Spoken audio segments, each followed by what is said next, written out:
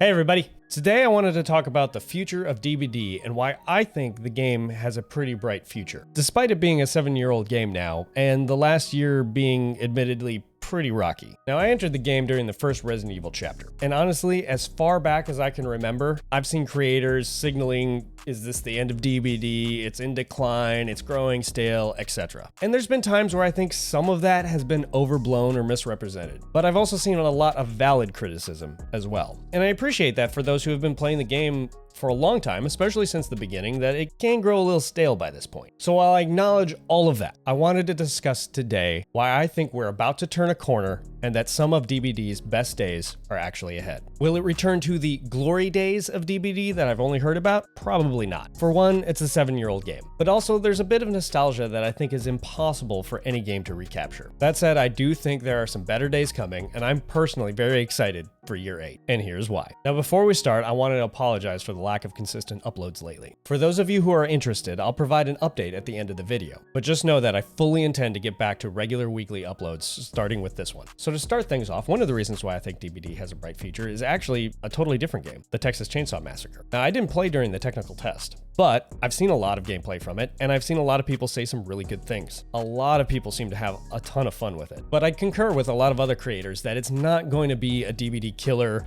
or dethrone DBD, but it will hopefully provide some healthy competition that will kind of put some pressure on behavior to continue innovating to keep players engaged. And this is a win-win. If you're burned out on DBD, you'll have something else to play while you wait for that burnout to cool down. But it will also kind of light a fire under behavior to keep trying to innovate and trying to keep players engaged, which will be great. Now, hopefully it doesn't fizzle out like a lot of the other DBD challengers have, especially after this week. And I do hope that it will provide some much needed competition within the asymmetrical PvP game space. Now, what about DBD itself? Well, we're getting some pretty great quality of life upgrades. We've got the loadout search bar, so chat won't have to watch me struggle to find perks anymore. Can't tell you how much of a relief that's going to be for me. Also, being able to search by keyword is going to be incredible for thinking through builds and trying stuff out. It's a small but incredibly impactful change. Then we got survivor disconnect bots. I've wanted this forever. Sure, bots won't play as well as human players. Well, some of them. So DCing will be a detriment still, but not as big of a one. Whenever someone DCs against me at the start of a trial, I pretty much know I'm going to win that thing. But this will make it so that I still have 4 targets to chase, even if one of them always seems to camp that L wall at the outside of the map with the window in it whenever they're in chase, because that's what bots seem to do. The one downside or thing that I don't like about it is that I believe they are going to indicate when someone DCs and a bot joins in, including identifying who the bot player is, and I personally think this should be held off until the end. Maybe shown to the other survivors so that they understand what has happened, but I don't think the killer should know who the bot is until after the trial's over, because it does give somewhat of an advantage over to them. They know then they can either tunnel the bot out of the game or ignore the bot and focus on the human players. On top of that, they talk about the anti-camping system, which, we'll see how it turns out, but at least they're acknowledging the problem and working towards a solution, so I'm happy to see that. We've also got customization coming to the player profile cards, and I am a sucker for customization, so giving us more ways to express ourselves is always nice. Now, of all the things coming to the future of DBD, the one I am most excited about is the DBD movie. I've said for a while that DBD is ripe content for a movie. We all know that video game movie adaptations can generally be hit or miss, often pretty rough. For instance, they can't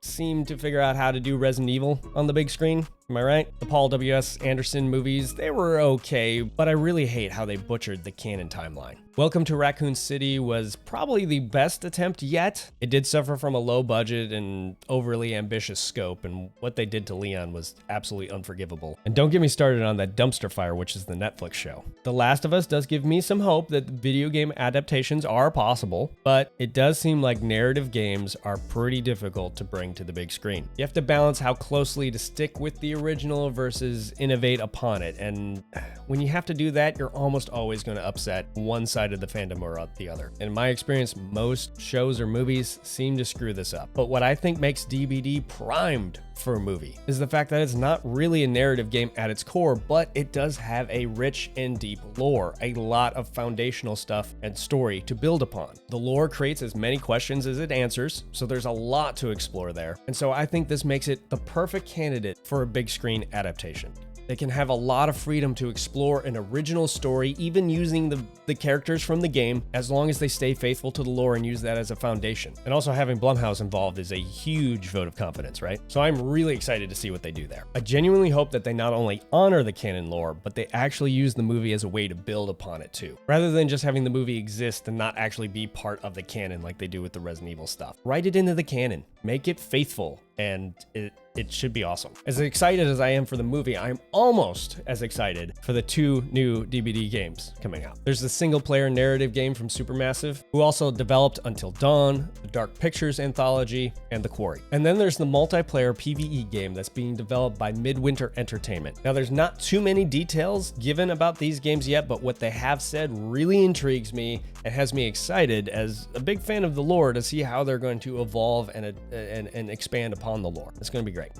I'm excited. We're also getting Nick Cage as a playable survivor. What? And he's really voiced by Nicolas Cage too, which I think is awesome. And he's not playing a character, he's playing himself. So I'm really interested to see how they're going to work him into the lore of the game. I think that's going to be really cool. So just a nice little touch. We also know that there are 2 additional licenses coming into the game within the next year, and they've described these as Big L licenses. I'm very hopeful that one of these will be Alien. This is probably the license I want to come to the game the most. I'm personally hoping for a Xenomorph killer, which is pretty obvious, but I'm hoping that they have some sort of tracking behavior or tracking ability, and they somehow incorporate the facehuggers as well. I think that'd be really cool.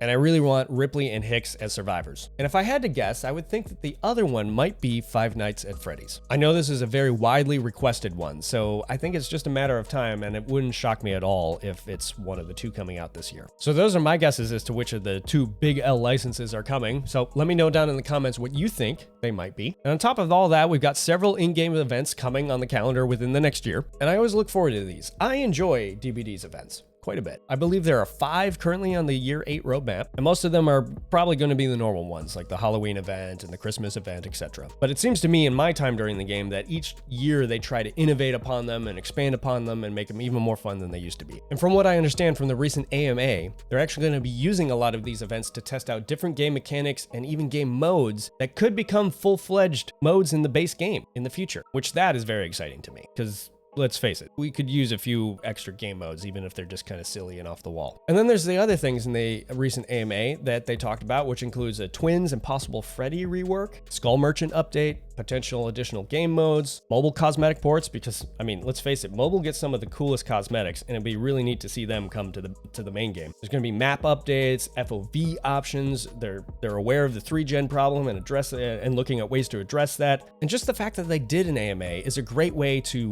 open up that transparency and build or rebuild trust with the community. So I think that's awesome. I'm really hopeful that this is a big step in showing the community that they're listening and care about what the community thinks and are willing to adapt the game to that. So all of this makes me very hopeful for the future of DBD, and I think there's some bright days ahead of us. Some in this next year and some beyond. Now, it's always possible that they are going to overpromise and underdeliver, which would be a shame. But I, for one, am hopeful. So let me know down in the comments, are you as hopeful as I am? And if so, what are you most excited for? And if not, let me know why. If you could also let me know if you'd like to see more videos like this. I know I typically do list style videos, so if you'd like to see more of these commentary style videos, let me know that. And I want to give a special shout out to our channel members. If you're interested in supporting the channel by becoming a member and gaining access to some unique perks, click that join button below to learn more. Now, as promised at the start of the video, here's a little life or channel update for you. I do apologize for the lack of content, consistent content, especially lately. I really do hate when I can't keep to an upload schedule or a stream schedule for y'all. I've done the occasional strategic break before, which can be really good, but this was more of a